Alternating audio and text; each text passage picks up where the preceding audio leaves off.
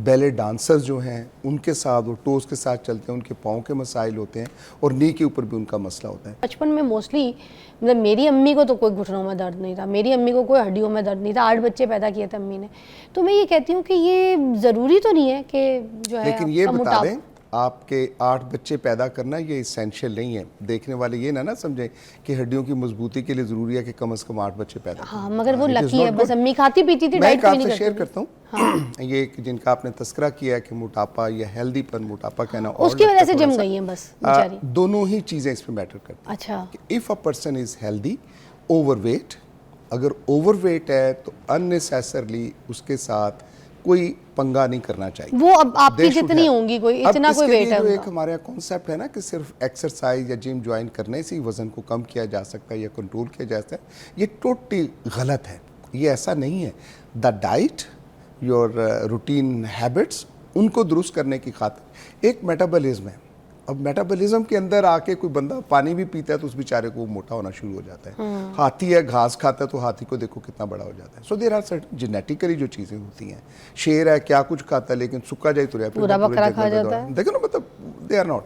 तो एक it self मोटापा जो है आपको डायबिटीज़ दे सकता है, हाइपरटेंशन दे सकता है, साइकोलॉजिकल प्रॉब्लम दे सकता है, जिसका मैं अभी अर्ज़ कर रहा था। एंग्जाइटी और डिप्रेशन जो है मोस्टली जो लोग हेल्दी होते हैं, जिसको मोटापा कह देते हैं या मोटा कह देते हैं, उसके साथ है। Coming back to your friends aunty और बड़ी बहन जो भी थी, तो उनके लिए अर्ज़ ये है कि एक्सरसाइज एक लिमिटेड स्टाइल के साथ करनी चाहिए। ओवरवेट नंबर 1, और प्लस अपने घुटनों के ऊपर गैर ज़रूरी बोझ डालना, यकीनी तौर पे वहाँ पर फिर डिस्ट्रक्शन शुरू होगी। जो स्पोर्ट्समैन हैं, स्पोर्ट्समैन जो हैवी स्पोर्ट्स करते हैं, I speak about the ice hockey, उसके अंदर बहुत ज़्यादा जोर लगता है। बैले डांसर्स जो हैं उनके साथ वो टोस के साथ चलते हैं, उनके पाँव के मसाइल होते हैं और नी के ऊपर भी उनका मसला होता है। द रीज़न बीइंग कि स्पोर्ट्समैन जो है ओवर यूज़ करता है अपने घुटनों को, और उन घुटनों के ऊपर जो प्रेशर्स आते हैं दैट क्रिएट्स द ऑस्टियोआर्थराइटिस, और प्लस उसके साथ जो फिर मेडिकल जो प्रॉब्लम है वो शुरू हो जाते हैं। तो जस्ट ऑन योर तो ज़्यादा चलने से भी तो घुटने इस्तेमाल हो रहे हैं। अभी देखे ना, अब ट्रेडमिल पे चल रहे हैं, उससे भी तो घुटने इस्तेमाल हो रहे हैं। तो नमाज के लिए प्रॉब्लम आती है ना। फिर नमाज जो पढ़ते हैं लोग, और उनका एक ही बीबियों या जेंट्स का यही प्रॉब्लम होता है कि डॉक्टर साहब हमने नमाज वैसे ही पढ़नी है जैसे। वाह, अब मस्जिद में जाए तो ऐसे लगता है कि आप चर्च के अंदर आना शुरू हो रहे हो। कुर्सियाँ इतनी तादाद में बढ़ती जा रही हैं। भले वक्तों में तो कुर्सी का कॉन्सेप्ट ही नहीं था कि कुर्सी आपने देखी होगी, and now you go to मस्जिद, आप तो नहीं जाती होंगी, लेकिन मस्जिद के अंदर जाएं तो आपको बड़ी लाइन नजर आती है जो कुर्सियों की पड़ी होती है। That is turning into a looks like give a church feel के वहाँ पे लोग जो बैठे होते हैं। तो ये घुटने के ऊपर जो प्रेशर आता है, और इस हेल्दीपन की वजह से जब तक आपका मुआलिज आपको नहीं कहता, it is not the physiotherapist या जिम वाले किसी भी बाबे ने वहाँ पे या मैडम ने वहाँ पे कह दे ये करो और बस आपके साथ ही। हर बंदे के लिए हर चीज़ ठीक नहीं है। हर बंदे के लिए जब तक आप उसको फिजिकली देखते नहीं है, उसको मेडिकली चेकअप नहीं करते, उस वक्त तक मैं समझता हूँ कि आपको कतई तौर पे भी ये जिम और हैवी जिम, अब वॉक करने की खातिर एक होती है ब्रिस्क वॉक।